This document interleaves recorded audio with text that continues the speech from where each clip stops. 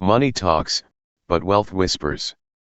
Sometimes, however, bigotry screams so loudly it completely deafens common sense.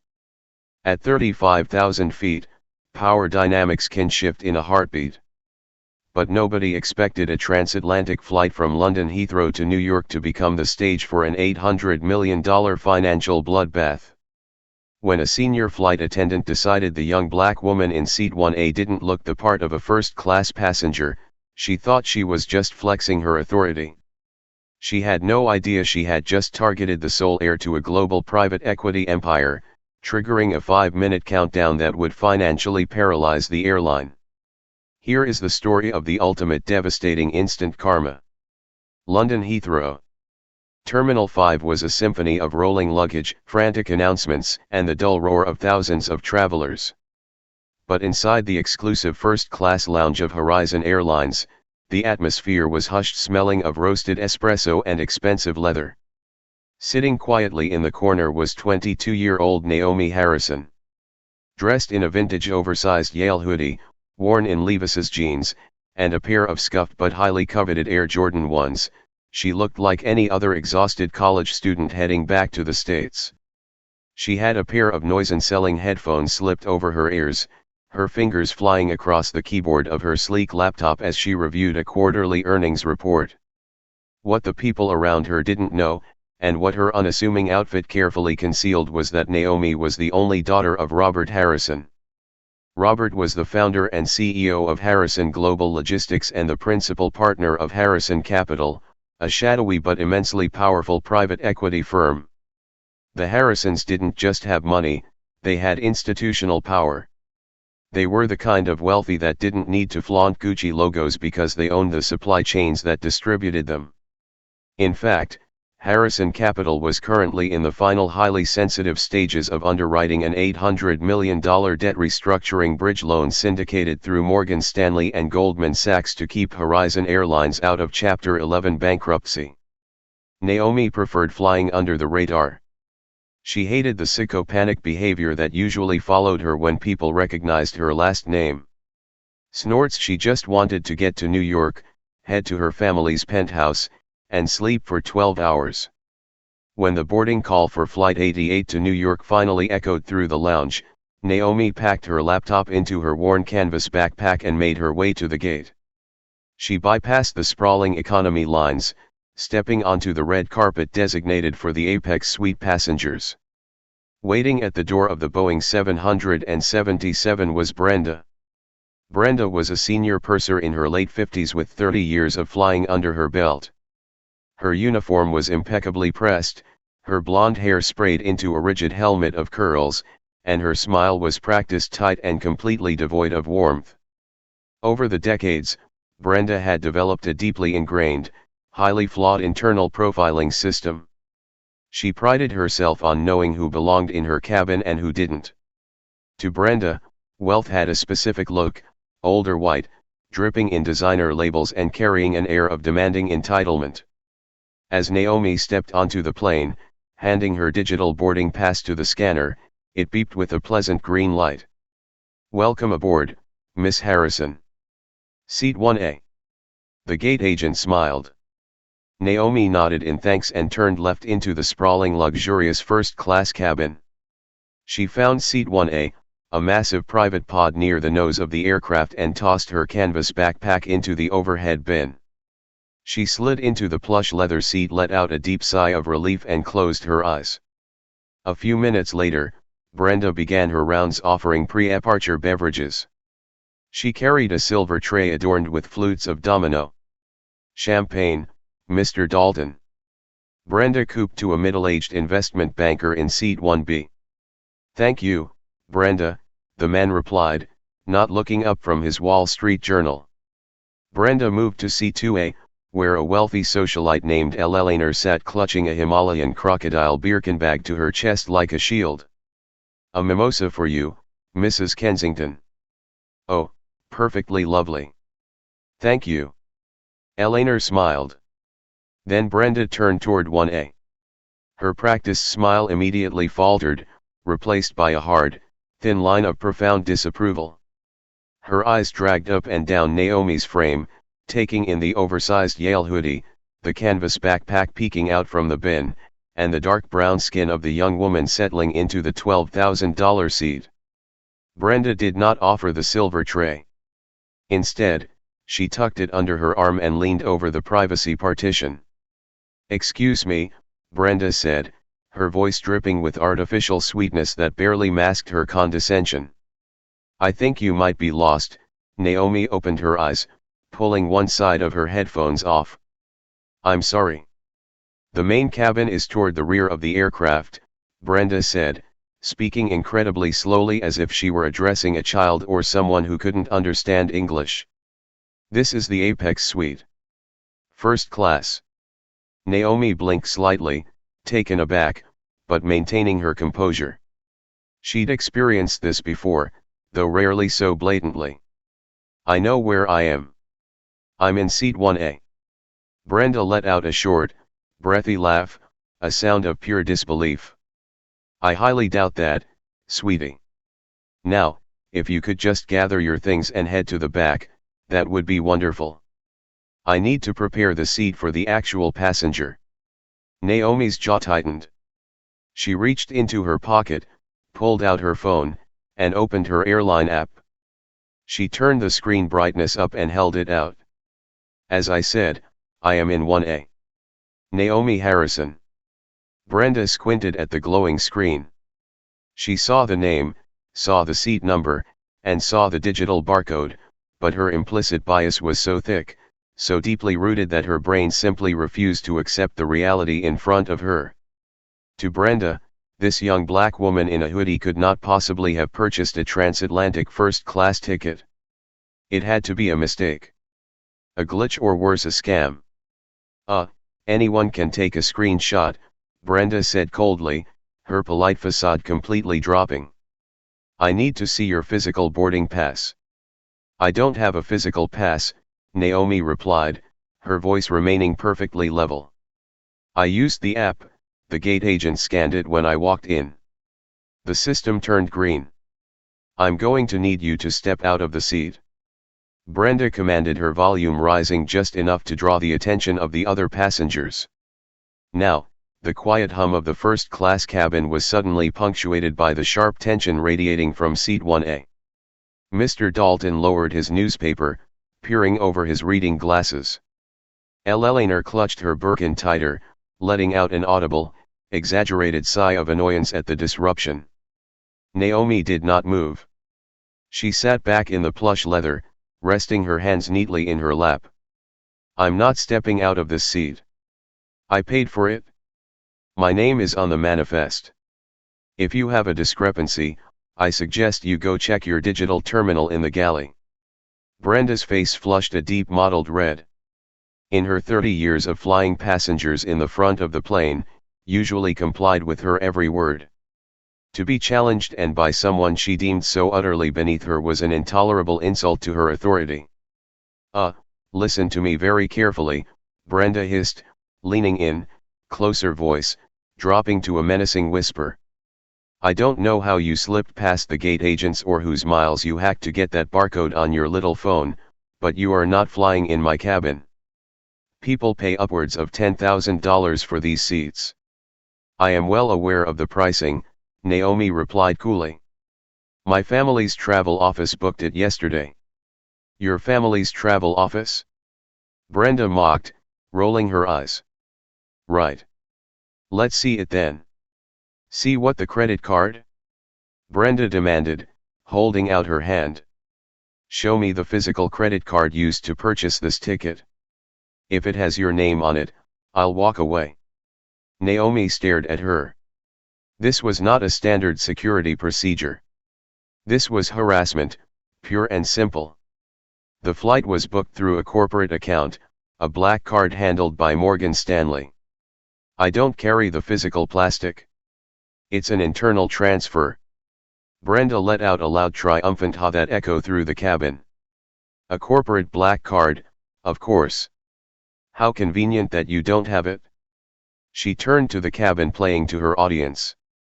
"I apologize for the delay, ladies and gentlemen. It seems we have a stowaway trying to pull a fast one. Eleanor leaned forward from C2A.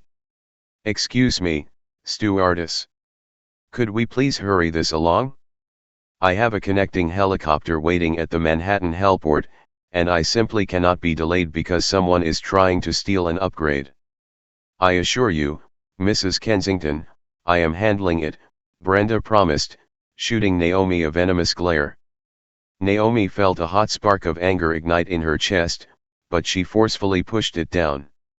Her father had always taught her that in the face of absolute ignorance, losing your temper only gives the oppressor the ammunition they desperately want. Cold, calculating logic was the ultimate weapon. Brenda, isn't it? Naomi asked, glancing at the woman's gold name tag. It's Senior Purser Miller to you. Bah. Well, Senior Purser Miller, Naomi said, her voice dropping to a dangerously calm register.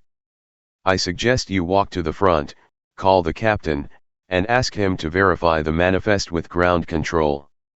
If you escalate this any further without doing your due diligence, you are going to make a catastrophic mistake.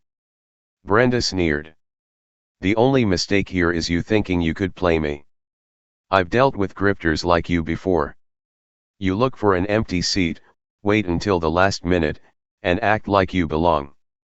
Well, you don't belong here. The racial undertones of the word belong hung heavily in the air. Naomi felt it.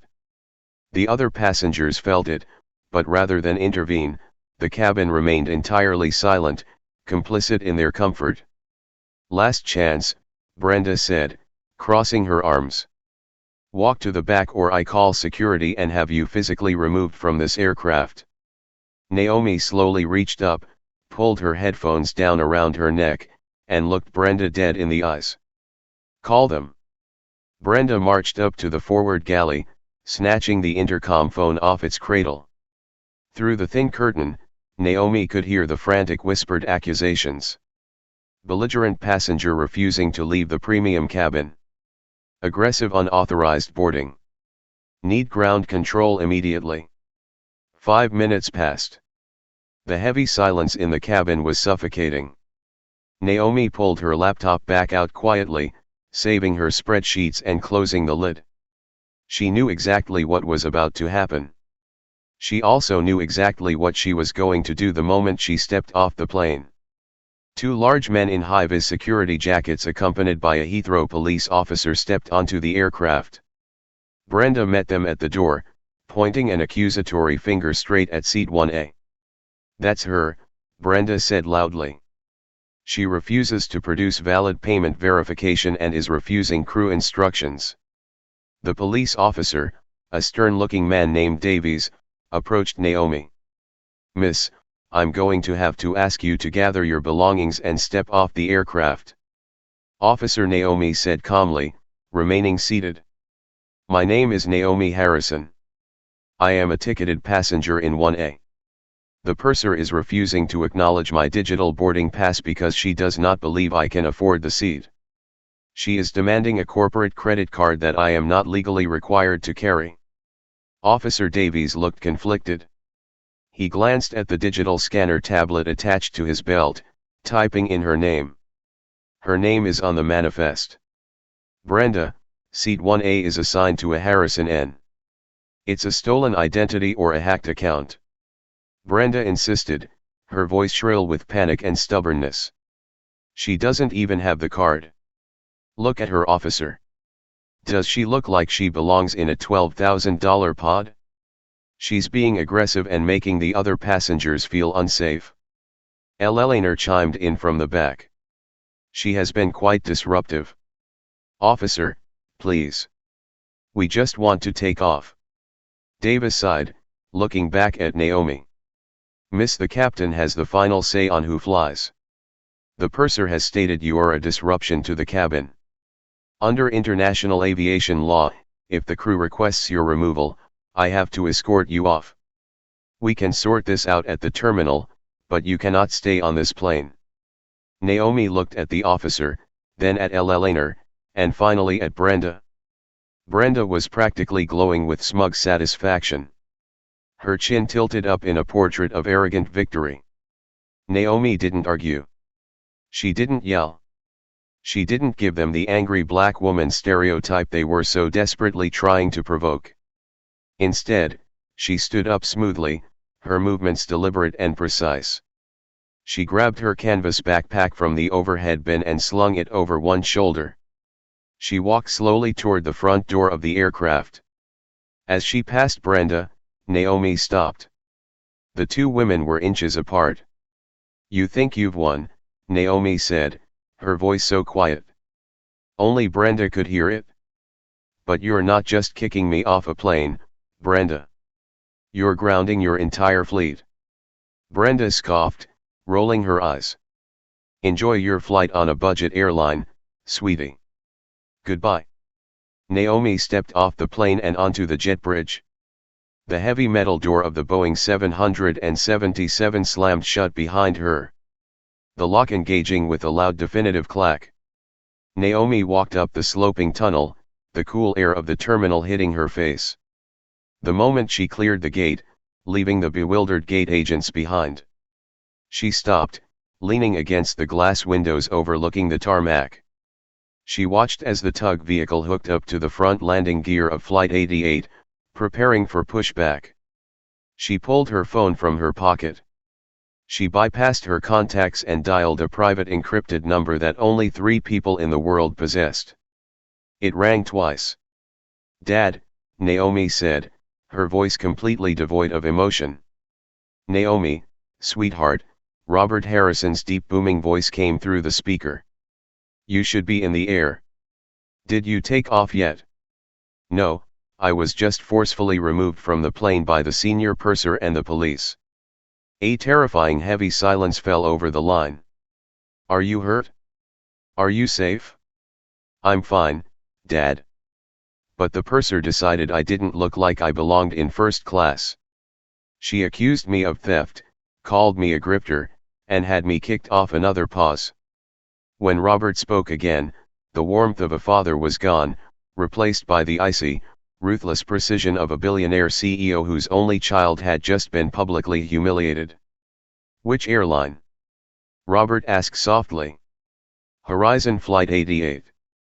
The same Horizon that is currently begging us to clear an $800 million bridge loan through Goldman Sachs by 5 p.m. today so they don't default on their creditors. The very same. Naomi, go to the private terminal.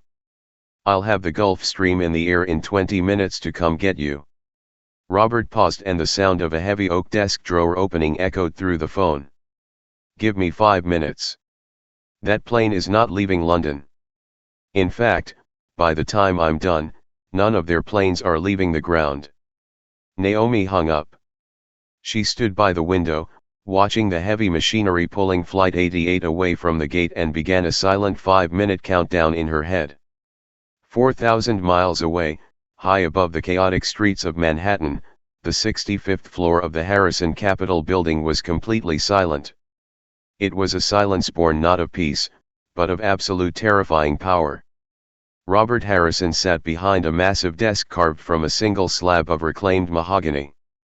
At 58, he possessed the rugged, sharp-edged intensity of a man who had built an empire from the ground up and had crushed countless competitors to keep it. He did not yell when he was angry. He did not throw things. When Robert Harrison was truly furious, he became perfectly dangerously still. He pressed a single silver button on his intercom. "William, get in here now." Within 15 seconds, William Barrett, the chief financial officer of Harrison Capital, hurried into the office. William was a brilliant numbers man who knew that when Robert used that tone, billions of dollars were about to change hands. "Sir," William asked, closing the heavy glass door behind him. "The Horizon Airlines bridge loan." Robert said, his voice a low growly hum. "The $800 million syndicate with Goldman. Have we signed the final release of funds?" "No, sir," William replied, checking his tablet. "The wire is queued in escrow. We were scheduled to execute the release at 4:45 p.m. Eastern, right before the market closes to give them the liquidity they need for tomorrow's creditor meetings. Kill it, Robert said. William froze, his thumb hovering over his screen. Excuse me, Robert. If we pull the funding now, Horizon defaults on their fuel vendor contracts by midnight. Their credit rating will immediately drop to junk status. The airline will essentially cease to exist by tomorrow morning. I am aware of how bankruptcy works, William. Robert replied coldly. I said, kill the wire, drain the escrow, pull out of the syndicate completely, invoke the discretionary withdrawal clause, call Gregory Hayes at Goldman Sachs, and tell him Harrison Capital is officially out. William swallowed hard. May I ask why the underwriters verified? Because Robert interrupted, his eyes locking onto William's. 10 minutes ago, one of their senior pursers publicly humiliated my daughter, accused her of being a thief because of the color of her skin, and had police drag her off a flight in London. Horizon Airlines just told Naomi she doesn't belong in their first-class cabin. So, I'm going to make sure they no longer have a first-class cabin or planes or a company. The blood drained from William's face. He didn't ask another question. He simply nodded, tapped 3 times on his encrypted tablet, and walked out of the room to execute the financial execution. 3 minutes later, in a towering glass skyscraper in downtown Chicago, the executive suite of Horizon Airlines was in a state of relaxed anticipation. Arthur Pendleton, the CEO of Horizon, was pouring himself a glass of aged scotch to celebrate surviving the hardest quarter in the company's history. The $800 million injection was their lifeline. It was a done deal. Then his private cell phone rang.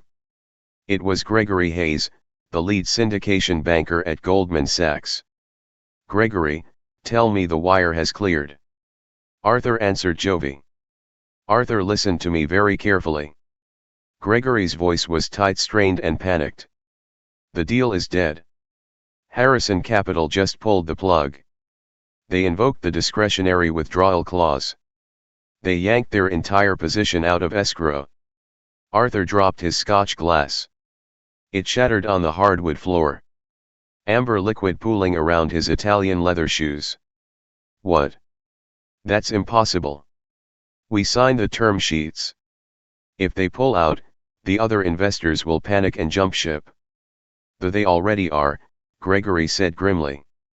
Without Harrison anchoring the debt, the risk models just triggered an automatic sell-off. The entire syndicate is collapsing as we speak. Arthur, the fuel vendors just got an automated alert that your credit has been downgraded to default status. They are locking the pumps. Why? Arthur screamed, his face turning a dangerous shade of purple. Why would Robert Harrison do this 5 minutes before the wire transferred? He left a message for you, Gregory said, his voice dropping to a whisper.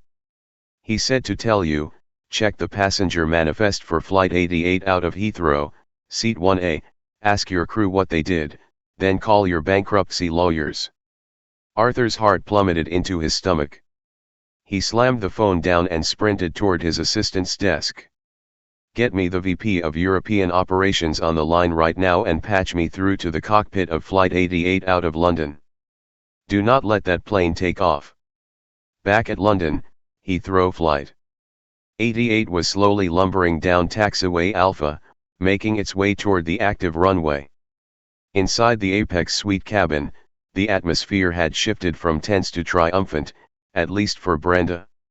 She was practically gliding down the aisle, her chest puffed out with self-righteous pride. She poured more Dom Perignon for Mr. Dalton, offering him an extra-wide, blinding smile. I do apologize again for the unpleasantness, Mr. Dalton, Brenda crooned. We simply cannot let standard slip. Security is our top priority. Quite right, Dalton muttered, though he looked slightly uncomfortable, shifting his eyes away from her. Eleanor, however, was thrilled. You handled it beautifully, Brenda. It's ridiculous what people will try to get away with these days. I mean, wearing a hooded sweatshirt in first class. It's practically an insult to the rest of us. Exactly. Brenda agreed, picking up Naomi's discarded champagne flute from the empty seat and tossing it into the galley trash with a satisfying clatter. She had won.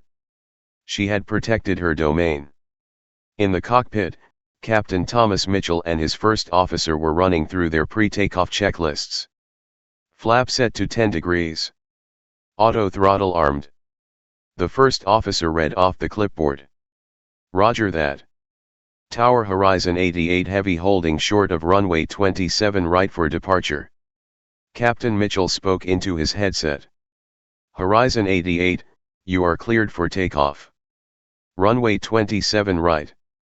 The air traffic controller replied. Captain Mitchell placed his hand on the heavy throttle levers preparing to push the massive Rolls-Royce engines to take off thrust. But before he could move, a blaring red alarm pierced the quiet of the flight deck. Beep beep beep.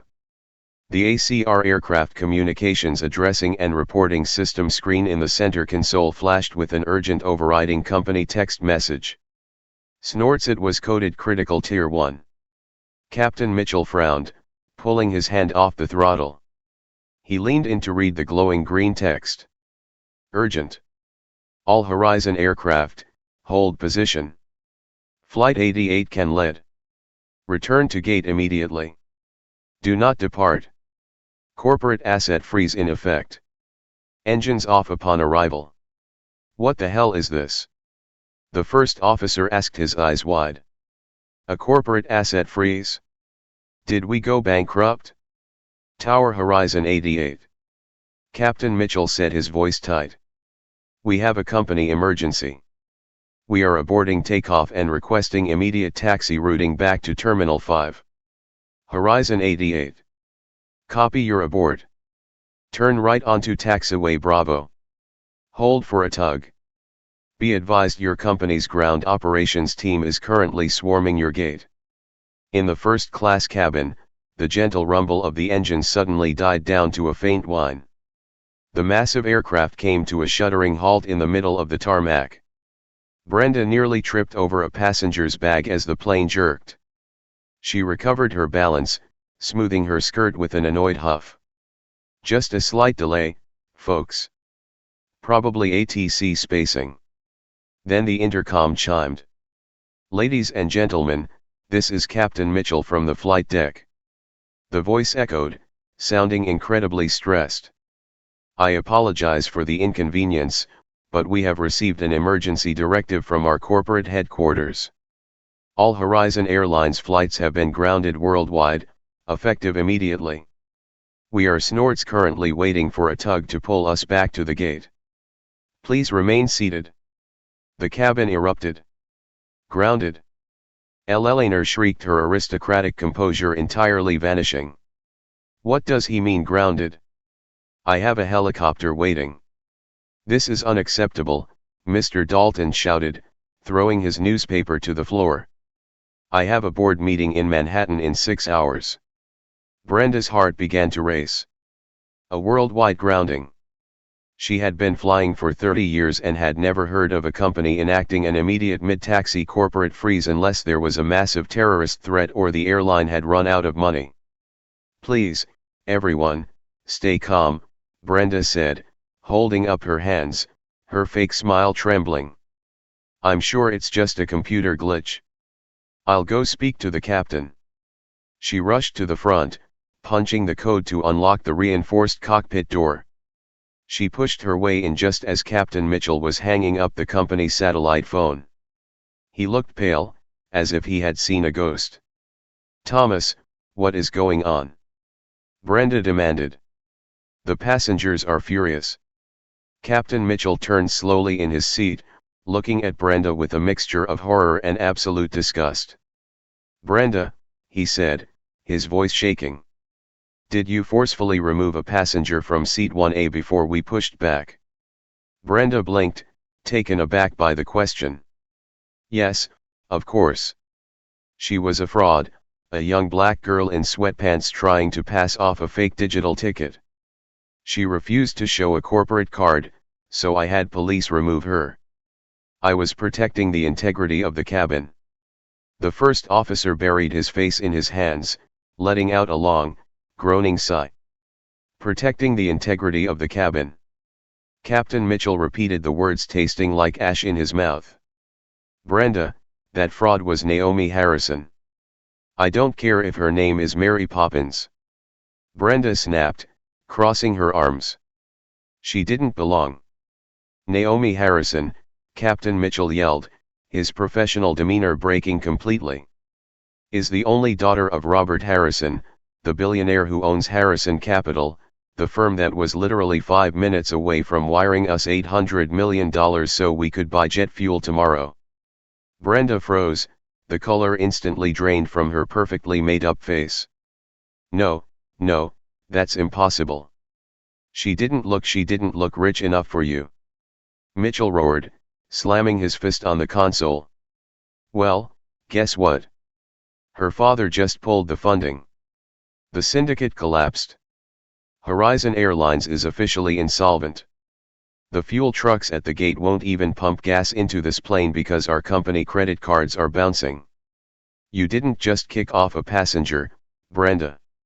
You just bankrupted the entire airline.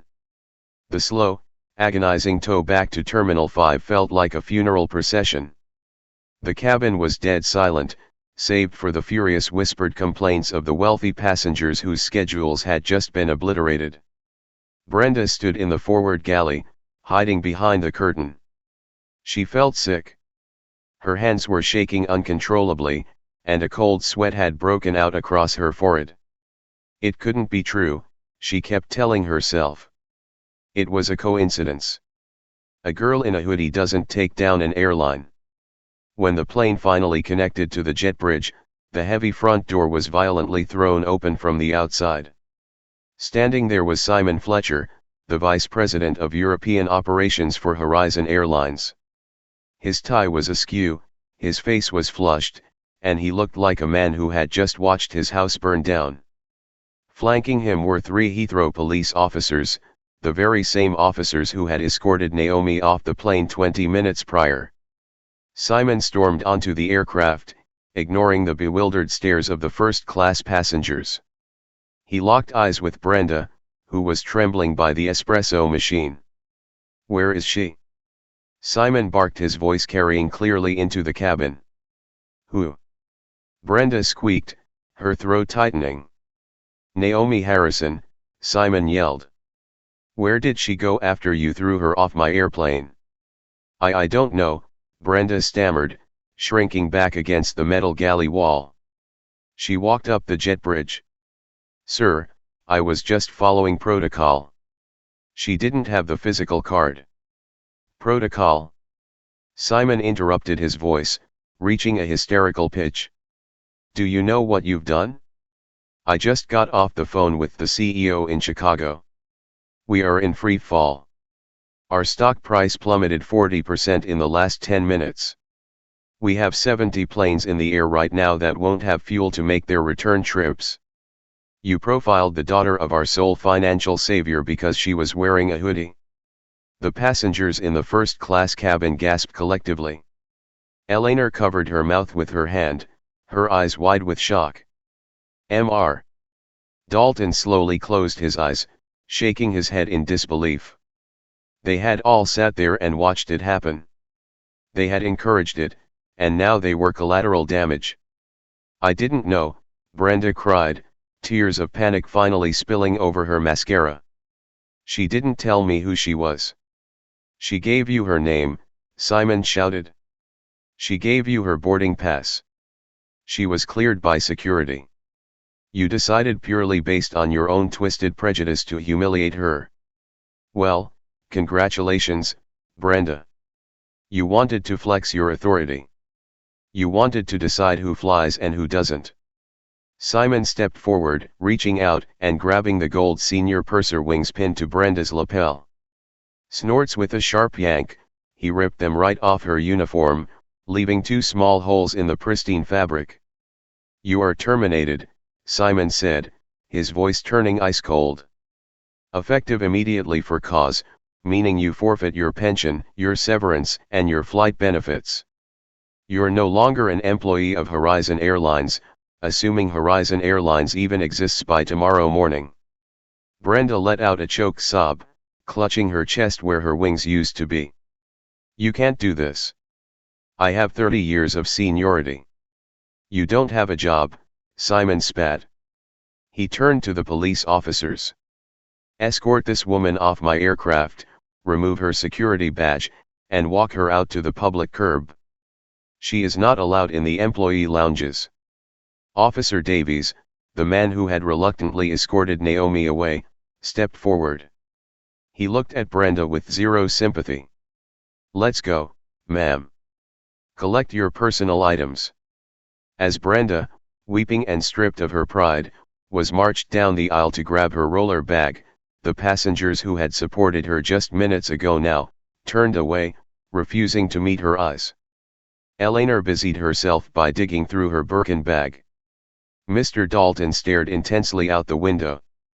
Simon Fletcher took a deep breath, trying to compose himself, and picked up the PA microphone. Ladies and gentlemen, Simon said, his voice echoing through the massive grounded Boeing 777. I deeply apologize. Flight 88 is officially cancelled.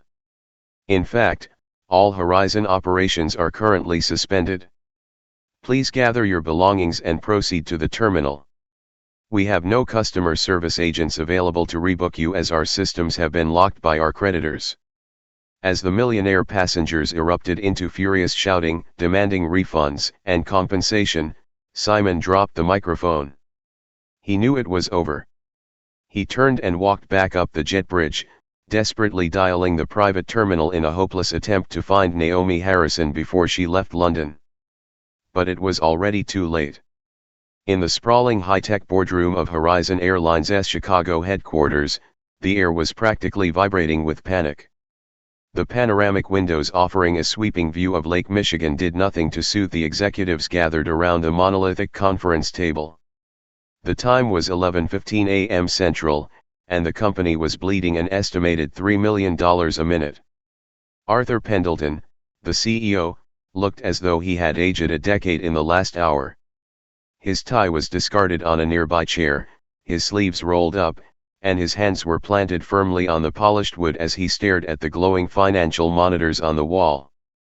The ticker symbol for Horizon HZN was in a terrifying unchecked free fall. How bad is the grounding? Arthur demanded, his voice cracking.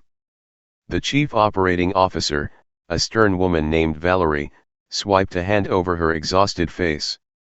Catastrophic. We have 142 flights currently stranded on the tarmac globally because fuel vendors have electronically locked the pumps. The automated default alerts went out to everyone. Catering, ground handling, baggage contractors. They all operate on net 30 terms backed by our credit rating. The second Harrison Capital pulled the $800 million syndicate. Moody's and Standard & Poor's downgraded us to junk. Nobody will touch us without cash upfront, and we don't have it. What about the passengers rioting? Valerie said bluntly. Heathrow Terminal 5 is a war zone. JFK and O'Hare are following suit. The FAA has already called twice, threatening to pull our operating certificates if we don't clear the congestion at the gates. We are legally required to offer hotel vouchers for stranded passengers, but the corporate cards used to book those blocks are declining. Arthur felt a cold, nauseating knot tighten in his stomach. He looked down at the speakerphone sitting in the center of the table. Get me Robert Harrison. I don't care if you have to hack his private line. Get him on the phone right now. His executive assistant furiously typed on her laptop. Sir, I've been trying. His gatekeepers at Harrison Capital are stonewalling. They say he is currently tracking a private Gulfstream flight and is unavailable. He's tracking his daughter Arthur, whispered the horrifying reality of the situation fully settling in. A single prejudiced flight attendant had just vaporized a legacy airline because she wanted to play gatekeeper. Suddenly, the speakerphone clicked. A sharp digital beep echoed through the room. Arthur, a voice boomed. It was calm, resonant, and completely devoid of mercy. Arthur nearly lunged over the table. "Robert, thank God. Robert, listen to me. You have to reverse the withdrawal. You are triggering a systemic collapse. We can handle the Heathrow situation internally. I will personally fire the entire crew. I'll issue a public apology to Naomi. I'll give her lifetime global diamond status." "Arthur, stop talking," Robert Harrison interrupted. The absolute authority in his tone silenced the entire boardroom. "Lifetime status on an airline that won't exist by Friday. Keep your perks. Robert, please. This is an $800 million deal. You're punishing 50,000 employees because of one ignorant purser. No. Arthur." Robert countered, his voice chillingly precise. "I am punishing a corporate culture that allowed that ignorant purser to thrive. Do you think this is the first time Brenda Miller has profiled a passenger? Do you think this is the first time she's treated someone of color like a second-class citizen? Of course not. But she had 30 years of seniority. Your HR department protected her. Your union shielded her. Your management turned a blind eye to the rot on your front lines because she kept the wealthy white passengers in the Apex suite happy. You built a system that empowered her bigotry. I am simply tearing that system down." Arthur swallowed hard, sweat dripping down his temples. "What do you want, Robert? Name your price. We have term sheets. We can renegotiate the interest rates on the bridge loan. I'll give you whatever margin you want."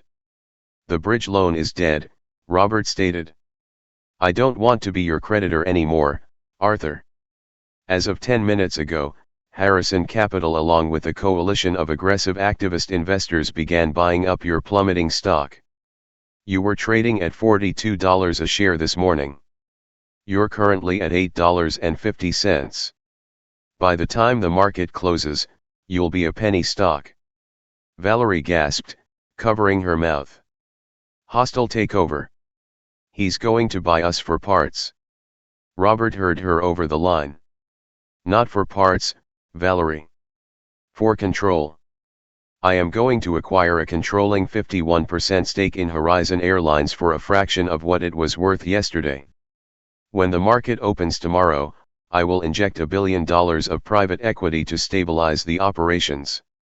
But my first act as the majority shareholder will be to dissolve the current board of directors." Arthur felt his legs give out. He slumped into his chair. "You're firing me." "I'm firing all of you," Robert corrected. "Pack your offices. The deal will be finalized via the SEC by midnight. And Arthur, tell your VP in London he did a good job stripping that purser of her wings. I'll make sure he keeps his pension." The line went dead. The click echoed in the silent boardroom like a gunshot. Back in London, the chaos inside Terminal 5 was reaching a fever pitch.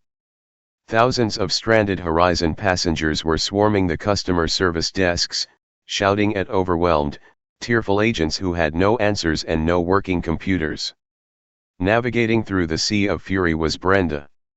She had been stripped of her security clearance, meaning she couldn't take the private employee corridors. She had to walk through the public terminal, dragging her heavy roller bag, wearing her Horizon uniform, minus the prestigious gold wings on her lapel. She kept her head down, her face red and blotchy from crying, hoping to slip out to the taxi rank unnoticed. It was a vain hope. "There she is." A sharp aristocratic voice rang out over the din of the crowd. Brenda froze. She looked up to see Eleanor, the wealthy socialite from Seed 2A, pushing her way through the throng, clutching her Birkin bag. Right behind her was Mr. Dalton, the investment banker. "You, Eleanor," shrieked, pointing a manicured finger directly at Brenda's chest. "You absolute incompetent fool. Because of your little power trip, I have missed a non-refundable charter to the Hamptons. My luggage is locked under a grounded plane and there isn't a single flight out of Heathrow until tomorrow. Brenda shrank back, her practice customer service smile entirely gone, replaced by pure terror. "Mrs. Kensington, please. I was just trying to protect the cabin." "Protect the cabin? From what?" Mr. Dalton roared, his face purple with rage. "The daughter of a billionaire. I had a merger meeting with Pfizer in New York tonight. Do you know how much money your protection just cost me? Millions, you ignorant, prejudiced idiot." The surrounding crowd of stranded passengers caught wind of the confrontation. Word had already begun to spread via Twitter and Reddit about the exact cause of the global grounding. The hashtag Horizon Grounded was trending #1 worldwide, accompanied by leaked audio from the terminal of Simon Fletcher firing Brenda. "That's the flight attendant." Someone in the crowd yelled, "She's the racist who got the airline shut down." People began pulling out their phones, pressing record, and shoving the cameras in Brenda's face. "How does it feel to ruin tens of thousands of vacations?" a young man shouted. "Are you proud of yourself?" a woman screamed. Brenda panicked. She abandoned her roller bag, pushed past Eleanor, and sprinted toward the exit doors, tears streaming down her face as the flash of smartphone cameras documented her humiliation. She burst snorts through the sliding glass doors into the damp London air, practically diving into the back of a black cab. "Just drive," she sobbed to the driver. "Anywhere, just get me out of here." As the cab pulled away from Heathrow, Brenda pulled out her phone. Her hands were shaking so violently she could barely unlock the screen. She had 12 missed calls from her husband and countless texts from her colleagues, ranging from asking what happened to outright cursing her name. She dialed the emergency number for the flight attendants' union representative. She paid her dues. They had to protect her. They had to fight this wrongful termination. "Hello, Brenda." The union rep, a man named Marcus, answered. He sounded exhausted. "Marcus, thank God," Brenda wept. "Simon Fletcher just fired me on the spot. No review, no hearing. You have to file a grievance immediately. They can't just strip my pension." There was a long, heavy silence on the other end of the line. "Brenda, I've seen the reports from the captain and the first officer. I've also spoken with Horizon's legal counsel, so it's hearsay. I thought it was a fake ticket. You demanded a physical corporate credit card from a passenger who had a verified scanned digital boarding pass." Marcus said, his voice completely flat. "That is a direct violation of federal aviation boarding protocols. You then bypass the captain's authority by calling the police to remove a passenger who posed zero security threat based entirely on your personal assessment of her appearance. You violated Title VII anti-discrimination policies. I have 30 years. Your 30 years don't mean anything right now." Brenda, Marcus interrupted.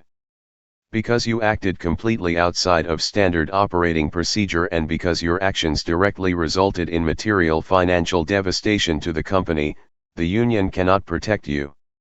The liability clause in our contract voids our representation in cases of gross negligence and discrimination." Brenda's breath hitched. "What are you saying?" "I'm saying you're on your own, Brenda. And frankly, considering the Department of Transportation is launching an investigation into your conduct, I suggest you retain a very good, very expensive private attorney. Do not call this number again." The line disconnected. Brenda sat in the back of the cab, staring out at the grey London sky, the full weight of her actions finally crushing her. She had let her prejudice dictate her actions for 5 minutes. In return, she had lost her career, her pension, her reputation, and her future. Meanwhile, 40,000 feet above the Atlantic Ocean, a sleek, heavily customized Gulfstream G650 soared smoothly toward New York. Inside the cabin was a masterclass in understated luxury. Naomi Harrison sat in a plush armchair, sipping a cup of herbal tea. She had finally taken off her Yale hoodie, opting for a comfortable cashmere sweater. Her satellite phone chimed. It was her father. "We're closing the deal in an hour," "Sweetheart," Robert said. His voice was softer now. The ruthless billionaire replaced by the protective father. "Horizon is ours. The current board is out. The CEO is resigning tomorrow morning." Naomi looked out the window at the endless expanse of clouds. She didn't feel a sense of triumphant glee. She just felt a quiet, profound exhaustion. "I didn't want to destroy a company, Dad," Naomi said softly. "There are good people who work there. Pilots, mechanics, gate agents. I don't want them losing their livelihoods because of what one woman did to me. It's amazing." "They won't," Robert assured her. "I'm injecting capital tomorrow to get the planes back in the air. The frontline workers keep their jobs, their pay, and their benefits. But the culture is going to change drastically, and I want you to lead it." Naomi blinked, surprised. "Lead it, Dad? I'm 22. I'm finishing my MBA. "You're a Harrison," Robert replied firmly. "And you understand exactly what the modern traveler faces. Tomorrow morning, when the press release goes out announcing the acquisition, it's going to announce the new restructuring committee. You are going to be on the board of directors. Naomi, you are going to rewrite their passenger bill of rights, their anti-discrimination training, and their hiring protocols. You're going to make sure that what happened to you today never happens to anyone else on a Horizon aircraft ever again." Naomi smiled slowly, a sense of purpose replacing her fatigue. "I can do that." "I know you can. Get some sleep, Naomi. Tomorrow, you have an airline to run." 8 months had passed since the catastrophic grounding of Flight 88. In the corporate world, 8 months is usually a blip, a fraction of a fiscal year. But for the aviation industry, it was the exact amount of time required to witness a total merciless metamorphosis. The Horizon crash, as it was now famously taught in graduate business seminars from Wharton to the London School of Economics, had become the ultimate cautionary tale. It was a terrifying billion-dollar reminder to every executive on Wall Street. The frontline employee is the absolute face of your company.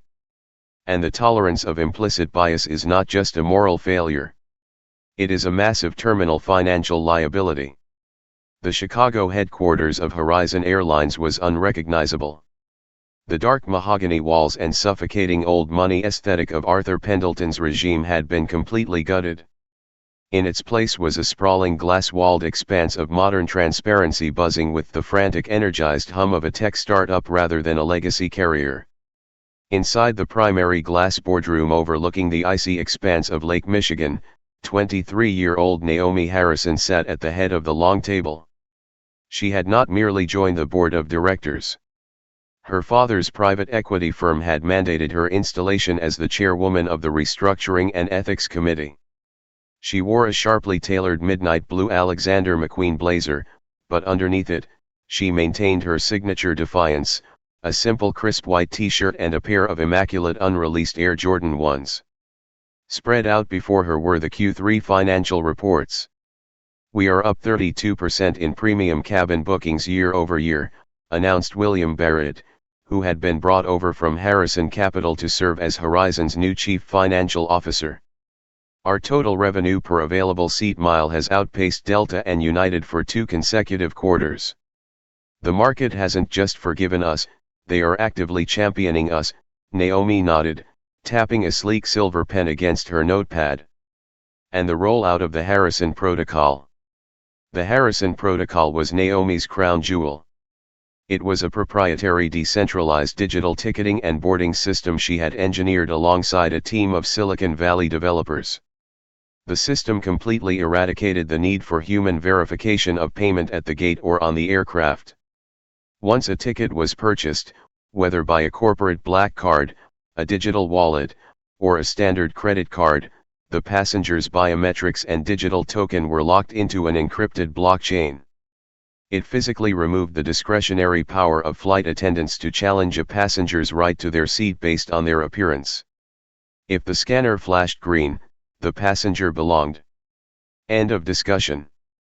Free. Fully implemented across all domestic and international hubs, Valerie, the surviving chief operating officer, replied.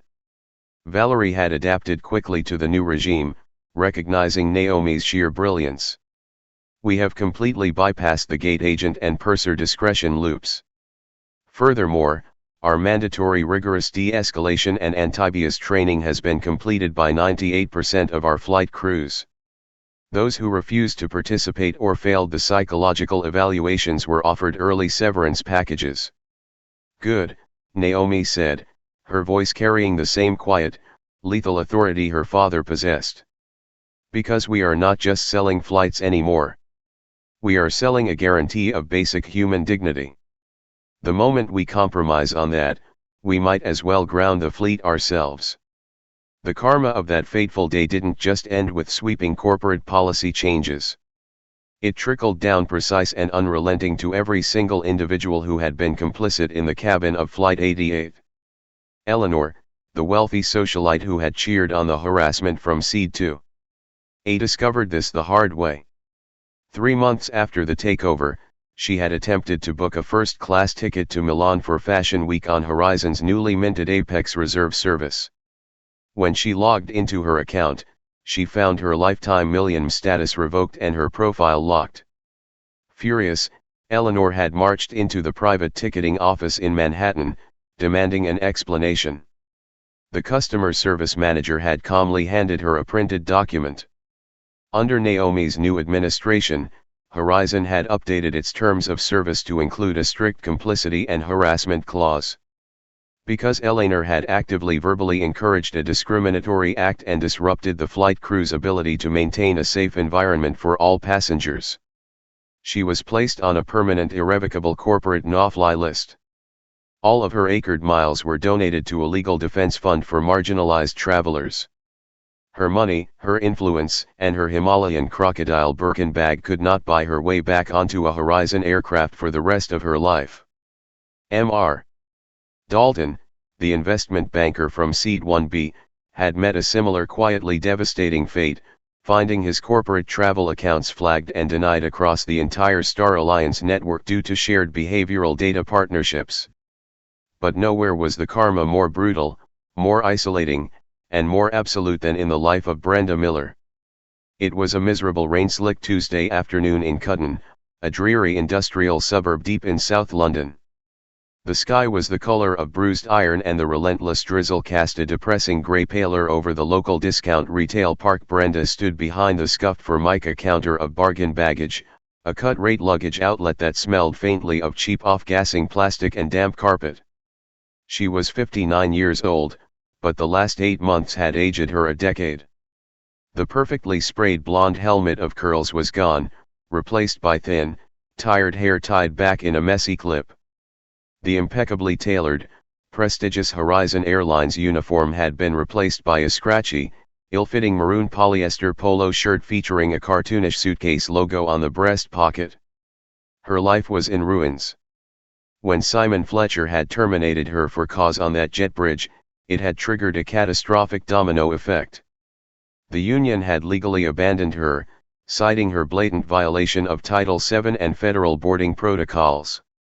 Desperate Brenda had hired a private attorney, draining her savings and remortgaging her modest home in a futile attempt to sue Horizon for wrongful termination.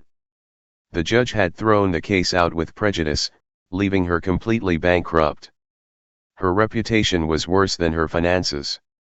The leaked audio of her firing had circulated on the internet for weeks. She couldn't walk into a grocery store without fearing someone would recognize her as the racist purser who blew up an airline.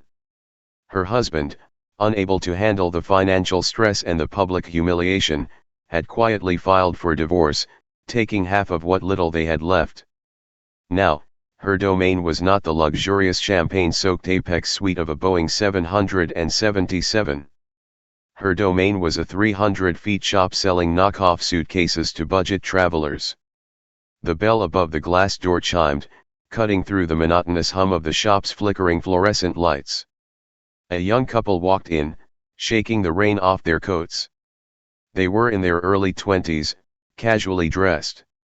The young woman, wearing a faded university hoodie and a pair of worn-in sneakers, browsed the clearance aisle before pulling a brightly colored hard-shell carry-on bag toward the register. Brenda looked at the girl, her stomach twisting into a cold, familiar knot. The demographic resemblance was uncanny. It was like looking at a ghost from Terminal 5. "Just this one, please." The young woman smiled politely, placing the cheap suitcase on the counter. Brenda mechanically scanned the barcode. "That will be £35, miss." The young woman patted her pockets, a brief look of realization crossing her face. She pulled out her smartphone. "Oh, I'm so sorry. I left my physical wallet in the car. I only have my Apple Pay. I don't have the physical card on me. Is a digital payment?" "All right. I don't have the physical card." The words echoed in Brenda's mind, amplifying until they were a deafening roar. Her vision blurred at the edges. Suddenly, she wasn't in a dreary shop in Cutton. She was standing in the aisle of Flight 88. She could smell the roasted espresso of the first-class galley. She could feel the heavy arrogant certainty in her chest as she looked down at the young black woman in the Yale hoodie. "I need to see the physical credit card. Anyone can take a screenshot. You don't belong here." A bead of cold sweat rolled down Brenda's spine. Her hands began to tremble so violently that she had to grip the edges of the Formica counter to steady herself. The phantom weight of her gold senior purser wings felt like a physical ache on her chest. "Ma'am, are you all right?" the young woman asked, her polite smile shifting into mild concern. "If you don't take digital, I can run out to the car." Brenda swallowed the heavy metallic taste of panic and regret in her throat. She looked at the glowing digital screen of the girl's phone. She remembered the green light of Naomi Harrison's boarding pass. She remembered the smug, intoxicating superiority she had felt right before she threw her entire existence away over a prejudiced assumption. Brenda forced her eyes down to the register, her voice a hollow, defeated whisper. "Yes, miss," Brenda said, her tone utterly stripped of its former pride. "Digital payment is perfectly fine. Tap whenever you're ready." The machine beeped a pleasant, validating green light. "Thank you. Have a lovely day," the young woman said cheerfully, taking the handle of her cheap suitcase and walking out into the London rain with her partner. Brenda stood in the silence of the empty shop. She slowly turned her head toward the small static fill mounted in the upper corner of the room. It was permanently tuned to CNBC. The headline on the red chyron at the bottom of the screen reader: Airlines posts record Q3 profits. Board Chair Naomi Harrison discusses the new era of aviation. On the screen, Andrew Ross Sorson was sitting across from Naomi Harrison in a bright modern studio. Naomi looked poised, powerful, and untouchable. "The turnaround is unprecedented," Naomi Sorson was saying, to go from the brink of total insolvency to leading the sector in premium revenue in 8 months. "How did you change the culture so quickly?" Naomi leaned forward, resting her elbows on the desk. She looked directly into the camera lens. It felt as though her dark, intelligent eyes were piercing straight through the screen, crossing the Atlantic and staring directly into the discount luggage store in Cutton. "You changed the culture by removing the ego and removing the bias," Naomi said, her voice clear and resonant. "For too long, legacy corporations allowed a handful of individuals to act as arbitrary gatekeepers to luxury and comfort, basing their judgments on archaic prejudice stereotypes. We decided that the color of someone's skin or the clothes they choose to travel in does not dictate their net worth. And more importantly, it does not dictate their human value. We don't judge the hoodie, Andrew. We value the humanity. If you build a system where bigotry is fundamentally impossible to execute, profitability naturally follows." Diet. Brenda couldn't watch anymore. Her chest heaved with a silent, agonizing sob. She reached out with a trembling hand and pressed the power button on the television remote. The screen faded to black. She picked up a damp rag from beneath the register and began to mindlessly, mechanically wipe down the scuffed counter. She looked down at her own cheap rubber-soled shoes, completely alone in the fluorescent-lit purgatory she had built for herself. Money talks, wealth whispers, but karma is a relentless auditor and it never ever misses a flight. And there you have it.